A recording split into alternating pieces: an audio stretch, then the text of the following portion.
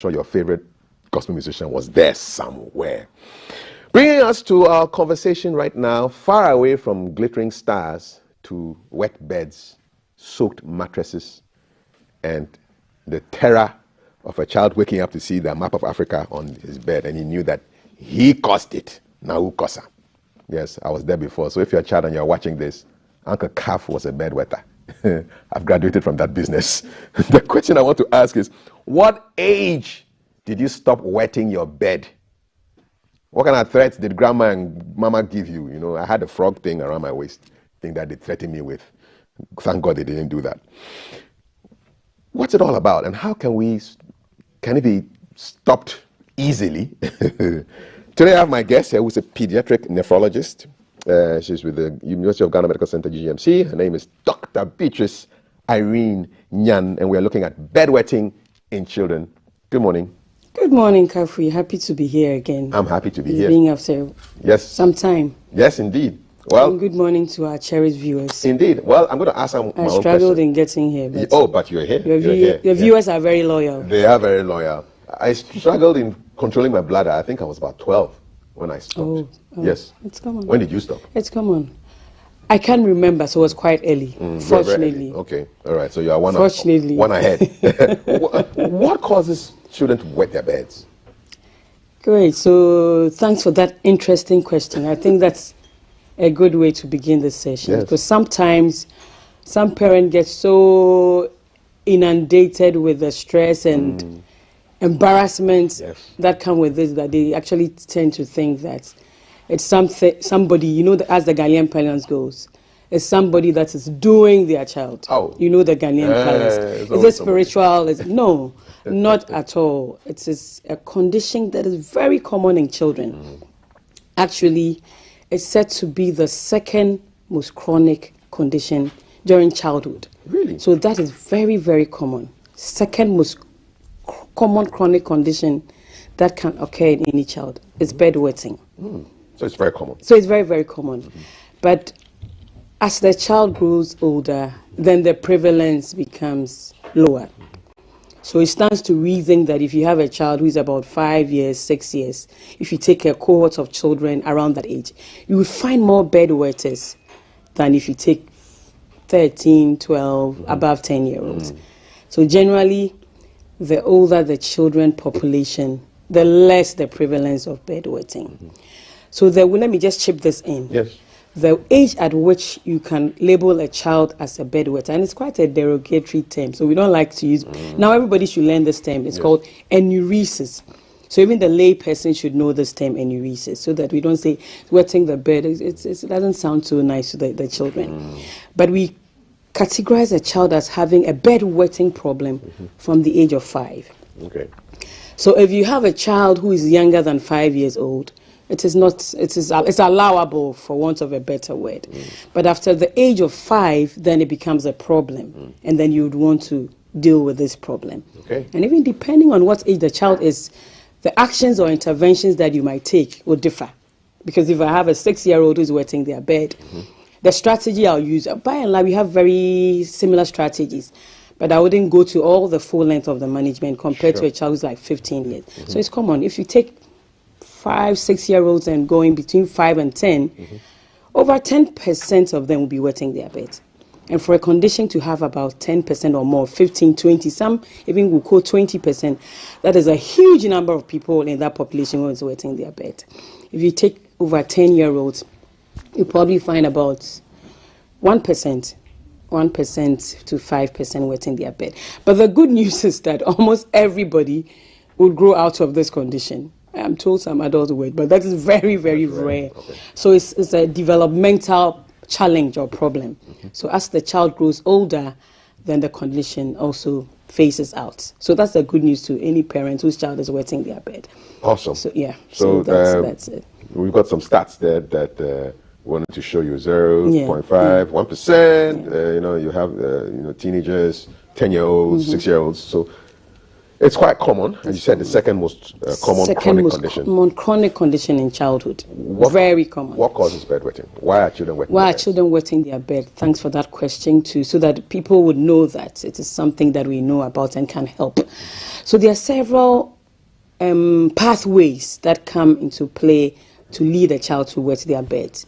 And let me define that as well. Wetting your bed is a condition that happens when you wet your bed when you are asleep involuntarily. You're not aware. You are not aware of it. And it happens when you are asleep. It doesn't matter when the child is, whether the child is asleep during the day or the night. It's still bedwetting. So it's not just limited to wetting at night. Okay. Daytime wetting, it's also classified as bedwetting. The other conditions where children will wet, even when they are awake, watching television, chatting with a friend, they can wet. But that's a different and entirely different condition. And that's not what we are addressing this morning. So one, you would have a child who unfortunately was born with a small bladder. You know, the bladder is where urine is stored. So the kidney makes the urine. Unfortunately, I don't have a picture. The kidney makes the urine, transports it through these little tubes or pipes, and it's stored in the bladder. And as you mature, you should be able to control your bladder failing and you sitting quietly or chatting until such a time when you yourself want to go and empty that. Unfortunately, some children are born with very small bladders. So you can imagine if I have a bigger one and you have a smaller one, yours will get fuller earlier than mine, and you tend to wet when you sleep. That is one pathway. Small bladder. Small bladder. And there's another condition where children produce a lot of urine at night. God, in His infinite wisdom, has made it such that during the night or when you sleep, there's a hormone in the body called desmopressin that your body produces to help you take water so that you don't pass a lot of urine. So everybody in the night, you produce a lot of this hormone so that you don't produce a lot of urine in the night. But in children who wet their beds, we have found that a lot of them do not produce a lot of these hormones this hormone in the night. So that surge in that hormone production is dysfunctional. So they still produce volumes of urine in the night and they will tend to wet. There are other children who are very deep sleepers. So it's also a very well-studied pathway for a child to wet. I think that is me. That is you. So a lot of parents will attest to that fact that my child who wets, it's so difficult to arouse from sleep. But you see, the irony is that children who wet have problems sleeping. They have a disordered sleep. So the body also naturally sets the thermostat for waking up, the threshold for waking up to a higher level, such that when they fall asleep, then it's difficult to arouse them. So it's actually a problem with sleeping that leads to children sleeping very deeply and then wetting. Dr. Nyan, why is it that the bedwetting happens after a dream which has you peeing, and it's nice and it's warm, so you're peeing and it's exactly, and then all of a sudden you wake up and hey, what's going on here? That's also a very common stories in children who wet their bed. So we know that sleep studies, there are things called sleep studies that are done in children who are wetting their beds, and that's how we have all these information that these children have what we call partial awakening. So because they have as I said, their sleep is not smooth, even though it's difficult to wake them up. The real problem is they tend to have partial awakening. So you're not fully awake.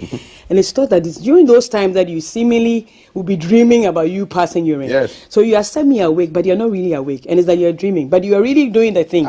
You are really doing it. So that is one of the problems in children who wet. So we tend to have a lot of these stories. Oh, but I dreamt that I was passing urine. Then when I woke up, I was really passing urine. It is because there's something called the cortex. You have partial awakening, which in a child who doesn't wet will probably lead to a full awakening for the child to go and pee.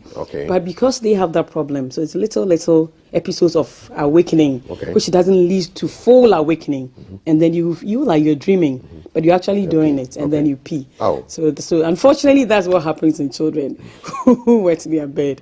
It's a very common condition. I'm a witness. 055 556 1034 is our WhatsApp number. 055 556 1034. If you're a child watching, ask permission from mommy or daddy and call and ask and put your message out there. But mommy and daddy, if you're watching also, put your messages out there. 055 556 1034. We're looking at bedwetting. Enuresis. All right? ENURESIS. New word for us. Monday morning mental. Enuresis, which is bed wetting. So you've talked about size of bladder being small. You've talked about hormonal issues. Then you've talked about sleep disorders. Exactly. And any other reasons? There's one group who actually have a real big problem wrong with their bladder. So those are what we call organic causes with their bladder. It has nothing to do with the size. So it has nothing to do with the size, has nothing to do with this hormone that is quite far away from the bladder. So some children just cannot coordinate. So the whole process of passing urine looks very simple. You just want to pee and you just go and pee. But it's not simple. So there are children who have problem coordinating their bladder's outlet opening to the bladder pushing or contracting. It doesn't come simply to them at all. So they have to struggle with it. And in a bit, they empty a little bit and they keep some. So their bladders always have some amount of urine in their bladders. Okay. So that's one problem. There are some who have like what we call lazy bladders. Their bladders cannot push out fully.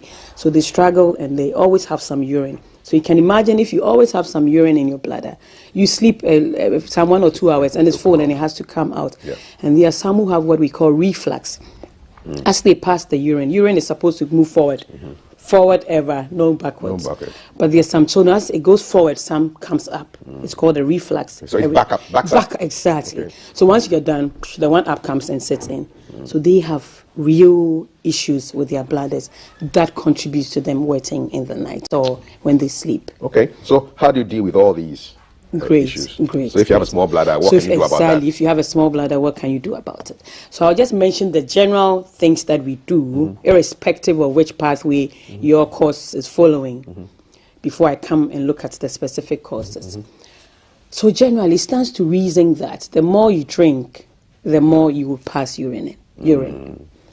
So we try and let children who wet, especially only when they sleep in the night or even the daytime, not to drink so close to bedtime. That's why my mother gave me a curfew of 6 o'clock. Sure, your mother was a nephrologist or urologist. Just stop drinking water. Exactly. So if your child sleeps at 8 o'clock, latest by 6 or 6:30, 1.5 hours at the minimum.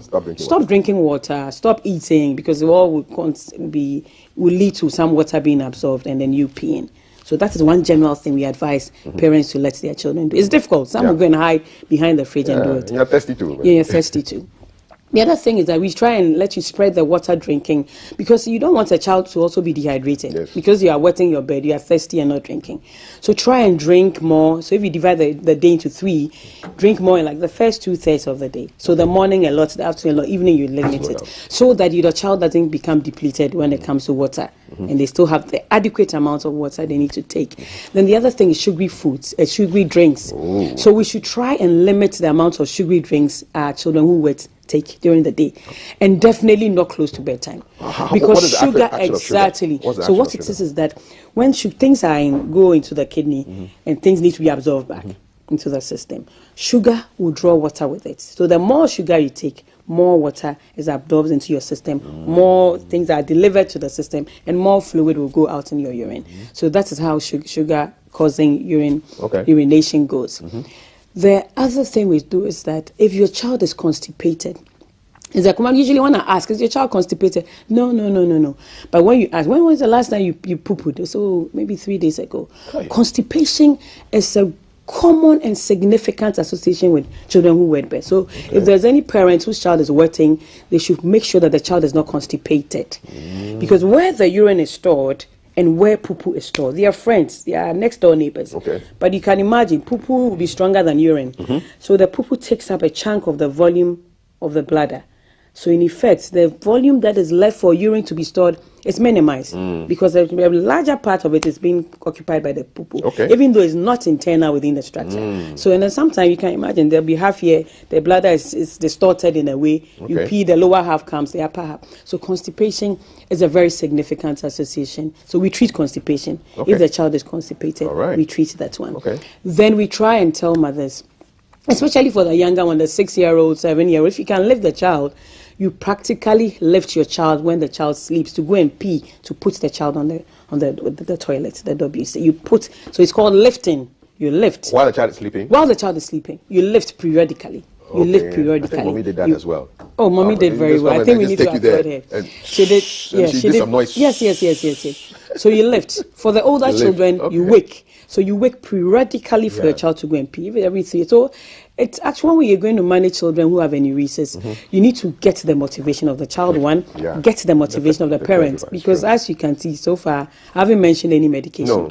So these are all behavioral changes and interventions that are very much dependent on the family as opposed to the health professional. Yeah. So if you don't get their cooperation, it won't work. You have a problem.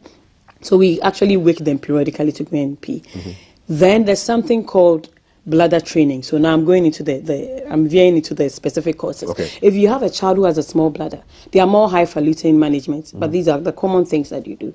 So bladder training means that, so this child who bladder is small and will pee very frequently when they are even awake, when they want to pee, you said, wait, you tell your child, wait a little bit. You try and get the bladder to be able to accommodate a lot more fluid for some time.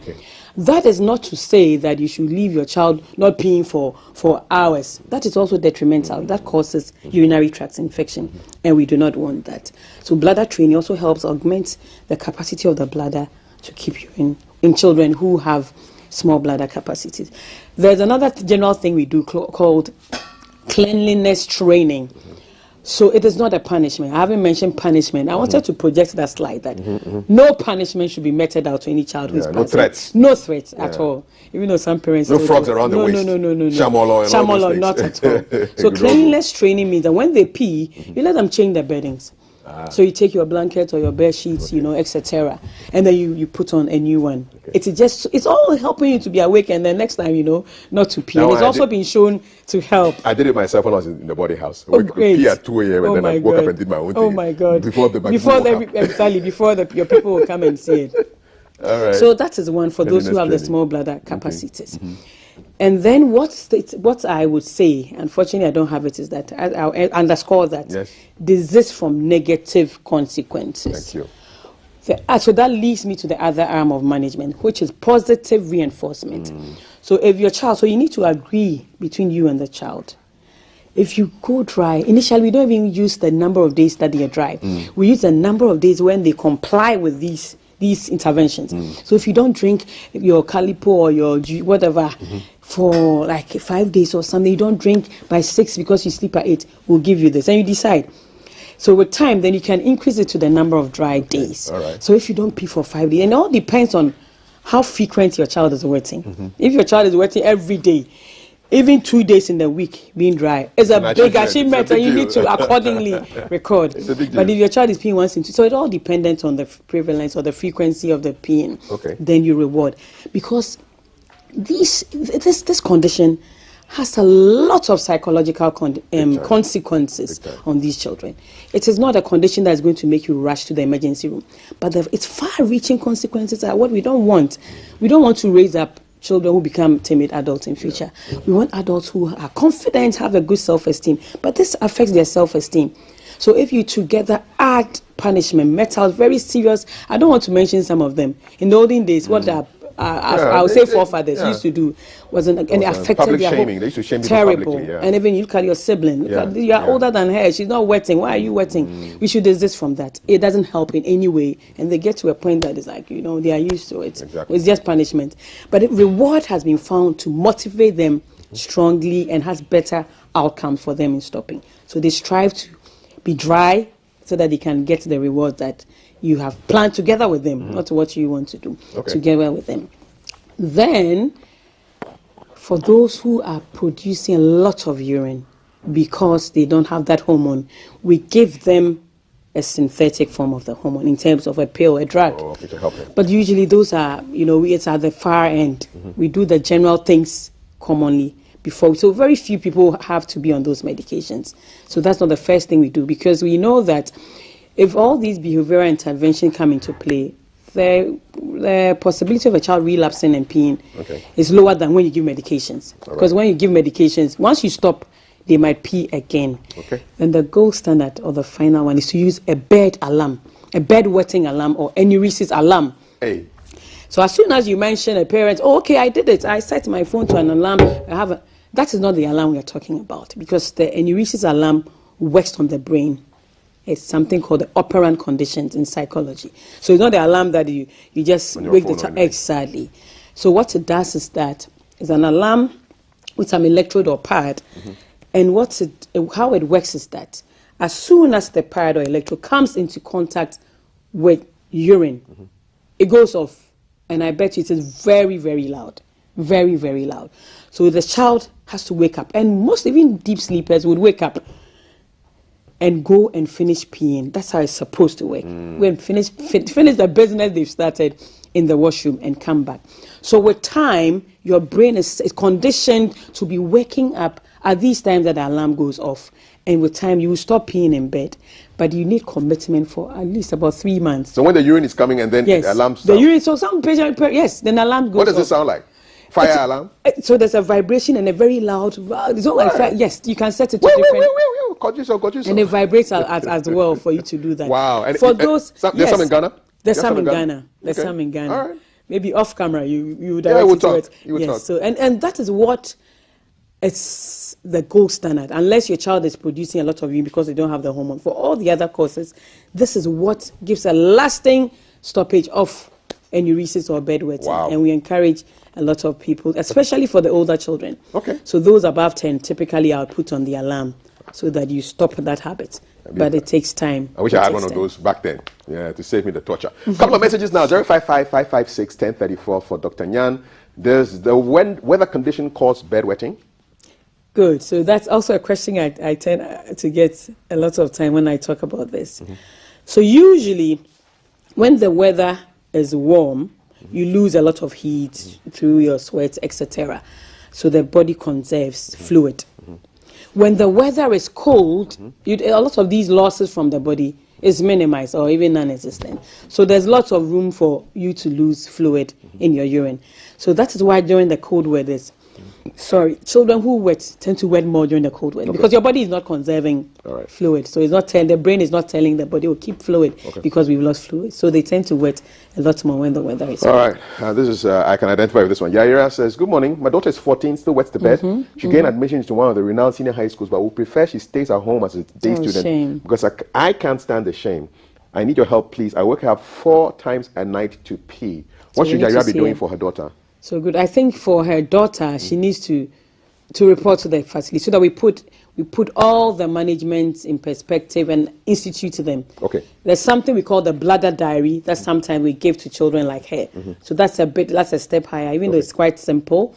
We see how much your child is drinking, how much she's peeing. So you need to measure all those volumes. Then we're able to tell, is the bladder capacity small? Is So she, 14-year-old, she needs to come to the hospital and let us help her. But so there's hope. There is definitely hope. Okay. Safwa Akoto Sarpong. Safwa from Nkoko. My 6-year-old boy eats only porridge and water, and we're finding it difficult to stop bedwetting. What can we do? Only porridge and water. Yes, sir. 6 years. So So have you tried other foods? Because I even know that sometimes you can even prepare jollof rice and puree it and blend it.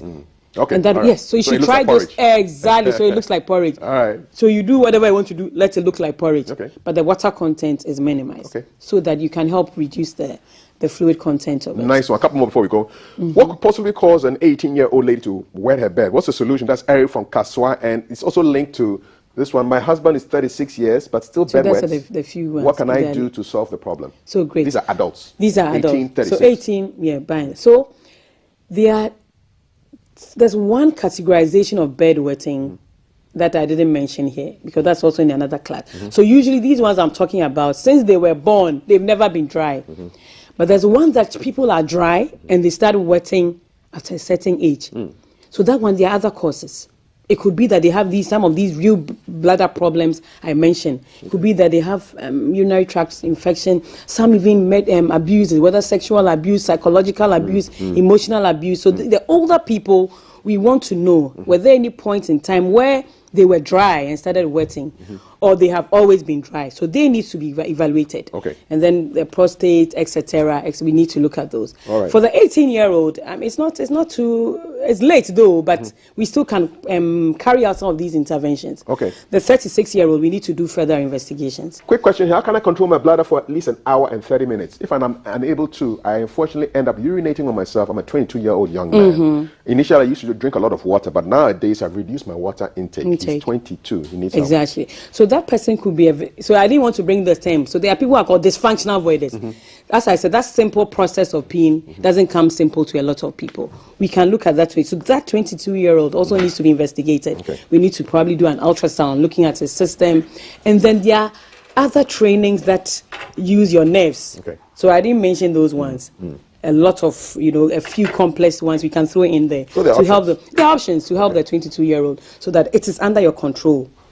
It is under your control. So that's one we can help. They should also visit the hospital. Are you a teacher? You explain it so well. I like to teach. Lovely. I like to teach. We are out of time. You said bedwetting is the second most chronic common chronic for condition children. What's in the first childhood. one? I'm just curious. What's the first? In childhood. What's the first one? So unfortunately, that first one I might not be able to speak to it now. But yes, but yes, it's number two. It's number two. You are up to date with information that you need to know about bedwetting in children. And if you want to watch this again, just go to our Facebook page, GTV Ghana, and you will see it again. Our guests, pediatric nephrologist, UGMC, and she's a member of the Ghana Kidney Association as well, Dr. Beatrice Irene Nyan, who has told us about bedwetting in children. Please remember, don't make it more traumatic for the person who is suffering, going through this situation. And there are always options that are available to get to a solution. Thank you so much. You're welcome. I feel very Thank you. educated. Thank like you a pocket very much. nephrologist,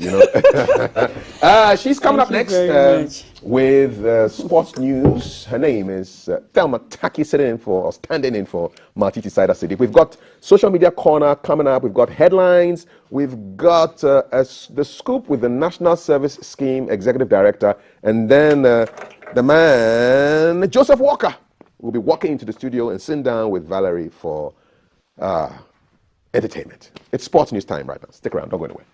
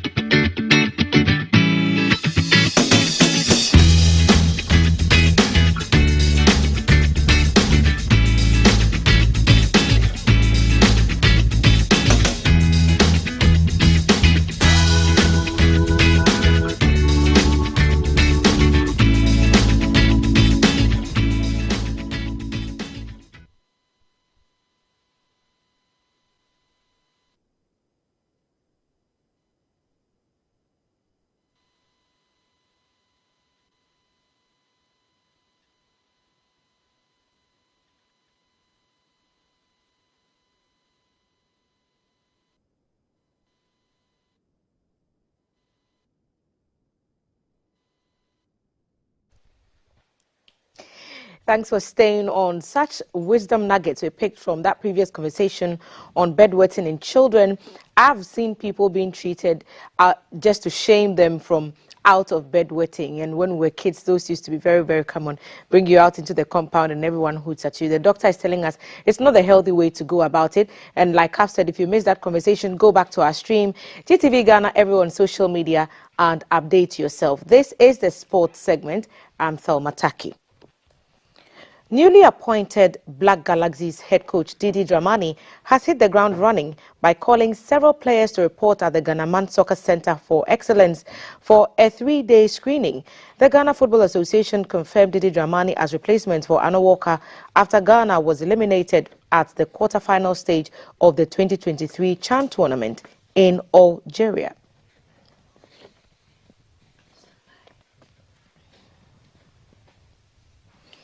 The Black Queens will hold their final session at the Accra Sports Stadium this morning ahead of their 2024 Olympic Games second leg qualifier against Guinea tomorrow.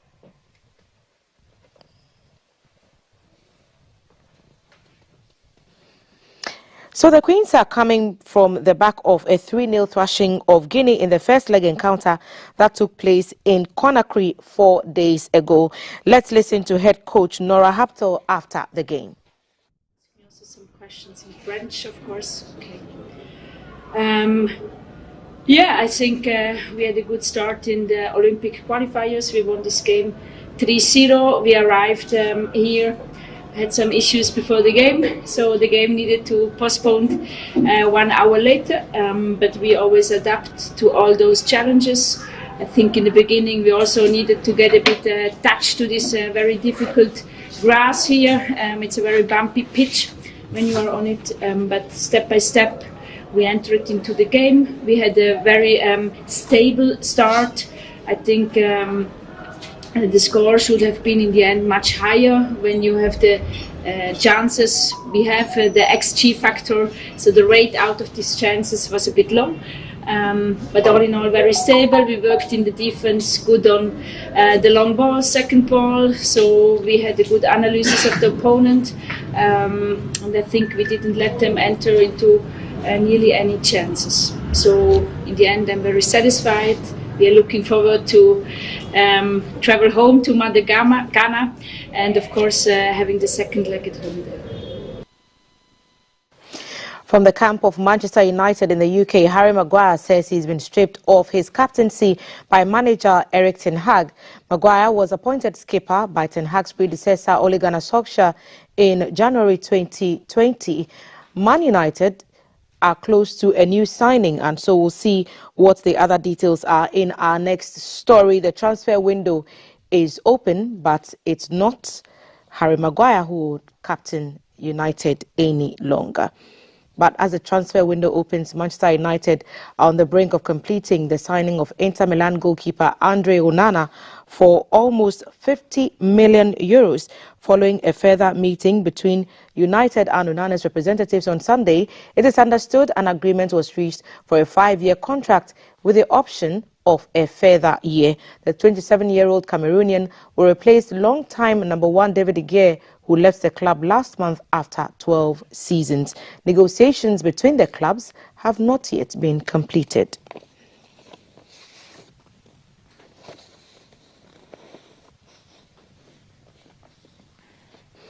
We remain in the UK a bit longer. Benjamin Mendy has been found not guilty of rape and attempted rape by a jury at Chester Crown Court.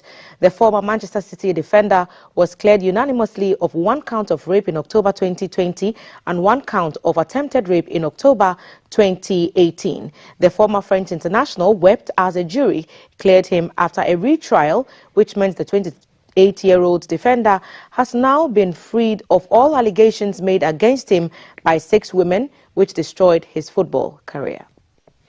Second trial, of course, a retrial of the charges against Benjamin Mendy. He was cleared of 8 of the 10 charges back in a trial that ended in January, and just now in the last hour has been cleared of the remaining 2. One charge for rape and one charge of attempted rape. Benjamin Mendy was very emotional. He's got a few words to say. Benjamin Mendy would like to thank the members of the jury for focusing on the evidence in this trial, rather than on the rumour and innuendo that have followed this case from the outset. This is the second time that Mr. Mendy has been tried and found not guilty by the jury. He is delighted that both juries reached the correct verdict. Benjamin, 2.5 years of your life taken away. It's been almost 3 years since the police started investigating this matter. Mr. Mendy has tried to remain strong, but the process has inevitably had a serious impact on him. He thanks everyone who has supported him throughout the ordeal and now asks for privacy so he can begin rebuilding his life. Football fans around the world would like to hear a few words from you about how you feel. Alhamdulillah. Ben, well done.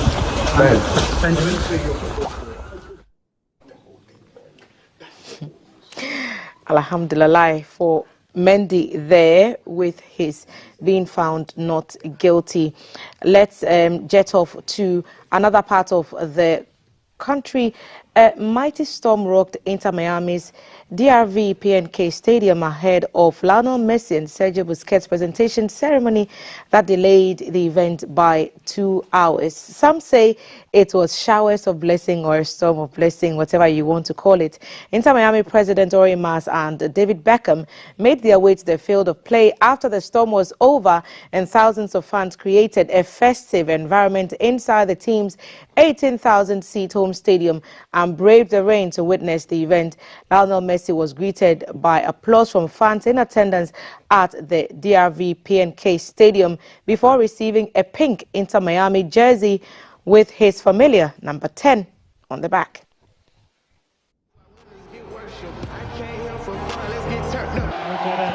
Thank you very much.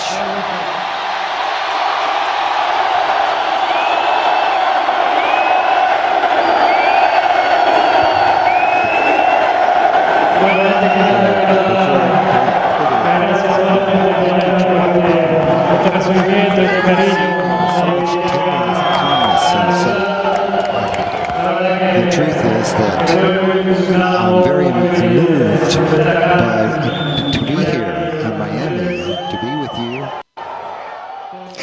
Loving Messi across continents. Let's do some tennis now. And the new sensation Carlos Alcaraz won the Wimbledon men's singles title for the first time by ending Novak Djokovic's recent dominance with a stunning victory. The 20-year-old Spaniard fought back from a nervy start to win 1-6, 7-6, 8-6, 6-1, 3-6, 6-4 against the defending champion. Djokovic was going for a 5th straight win, an 8th men's triumph and a 24th major, all record equaling feats, but was outlasted by top seed Alcaraz. Here are highlights.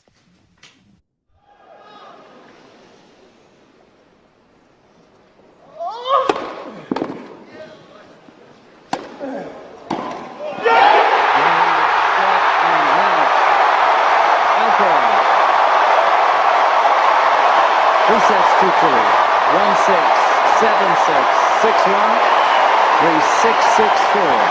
Carlos Alcaraz is the special one to dethrone Djokovic at Wimbledon in a performance for the ages. The champion at age 20. Alcaraz won his first Grand Slam title at the US Open last year and celebrated by falling flat on his face after taking his first match point and kicking the ball into the crowd. He will receive $2.35 million for clinching the giant trophy, and it's 17.5% more than what Djokovic made in last year's edition. So here's the new champion, Alcaraz, after his victory. Many congratulations, Carlos. I know you've dreamed about holding this trophy since you were a young boy. There were so many twists and turns, momentum shifts in the match. You worked so hard for it. How does it feel holding it right now? Well, it's it's a dream come true for me. As I said before, of course it's great to win, but even if I would have lost, I would be really proud of myself, in this amazing run, making history in this beautiful tournament, playing a final against a legend of our sport. For me, it's incredible, as I said, it's a dream come true, be able to, play in these stages. It's amazing for a boy, 20 years old. I didn't expect to reach, these kind of situations really fast. I'm really proud of my.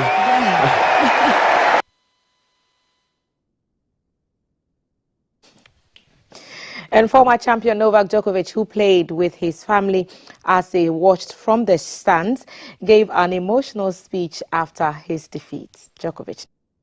Your family and your team up there look pretty stressful up there today. Yeah, it's nice to see my son still there, still smiling,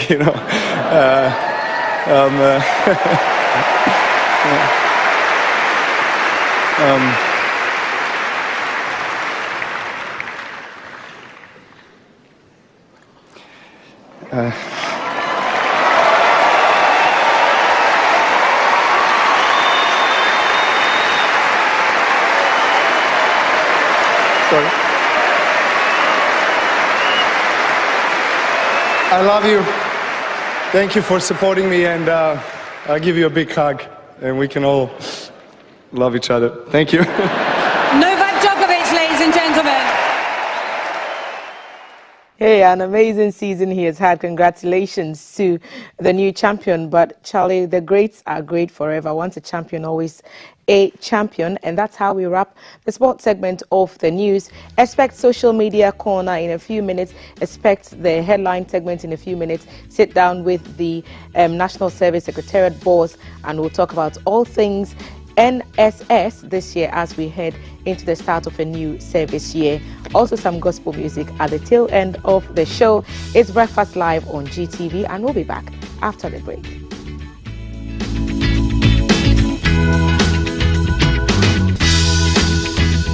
But globally, 1 in 2 children suffer from cavities. That's why by giving her Pepsodent, you're not only protecting her teeth, but also helping her grow up and thrive at every stage of her life with a healthy and confident smile, so she can succeed and achieve all of her dreams. Because every smile matters. 88 at 88. It's raining great goodies and value all over Ghana. GBC is 88 years old, and for every business you do on any GBC platform in anniversary month of July, you get 88% extra value. 88 at 88. Do business with us from the 1st to the 31st July 2023 and get extra 88% bonus all over GBC platforms. The benefits are valid till September 30, 2023. 88 at 88. Love the new GBC. Terms and conditions apply. Contact us on 0303-959-604 or 0303-959-605 and to by email sales@gbcghanaonline.com. 88 at 88.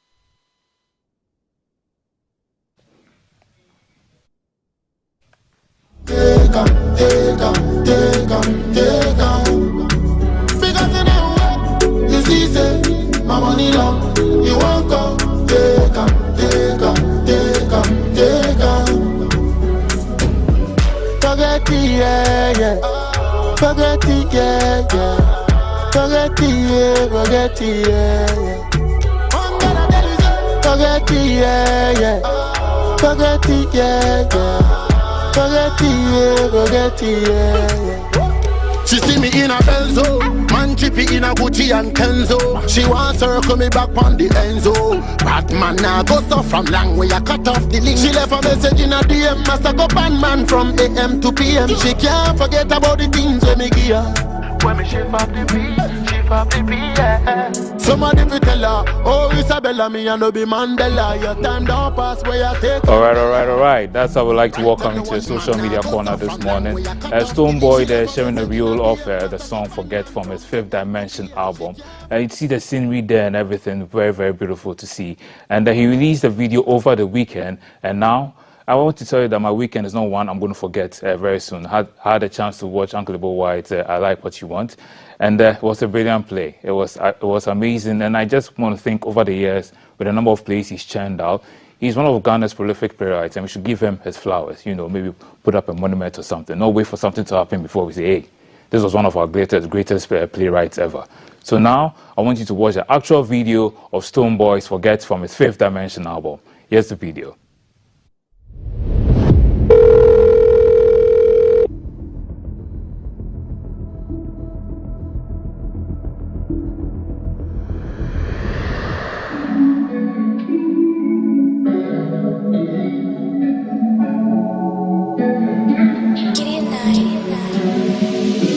Spaghetti, yeah. Spaghetti, yeah. Spaghetti, yeah. I'm gonna tell you that. Spaghetti, yeah. Spaghetti, yeah. Spaghetti, yeah. Because you know it's easy, my money long. You won't go, take 'em. Because you know it's easy. My money long, you won't go, take 'em.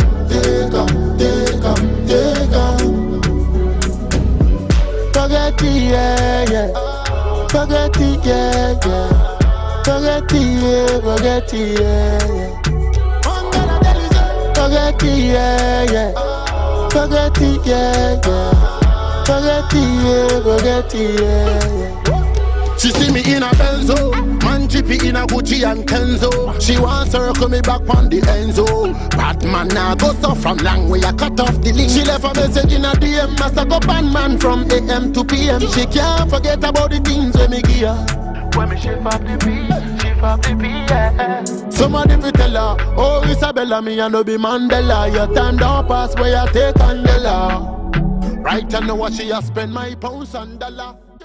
So, directed by Scarface, the video already has over 232,000 views on YouTube. So please go out there and check it out. It's not a video you are bound to forget soon enough. And let's still on Stonebwoy. Earlier, we've been talking about how Ghanaian artists need to market their work, go out there and show people what they got. And so he's been touring the US and Canada. And these are some visuals he spotted on social media.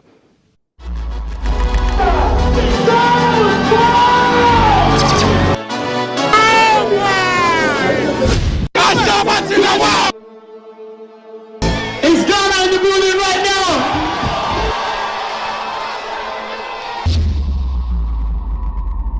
She see me in a Benzo, in a Gucci and Kenzo.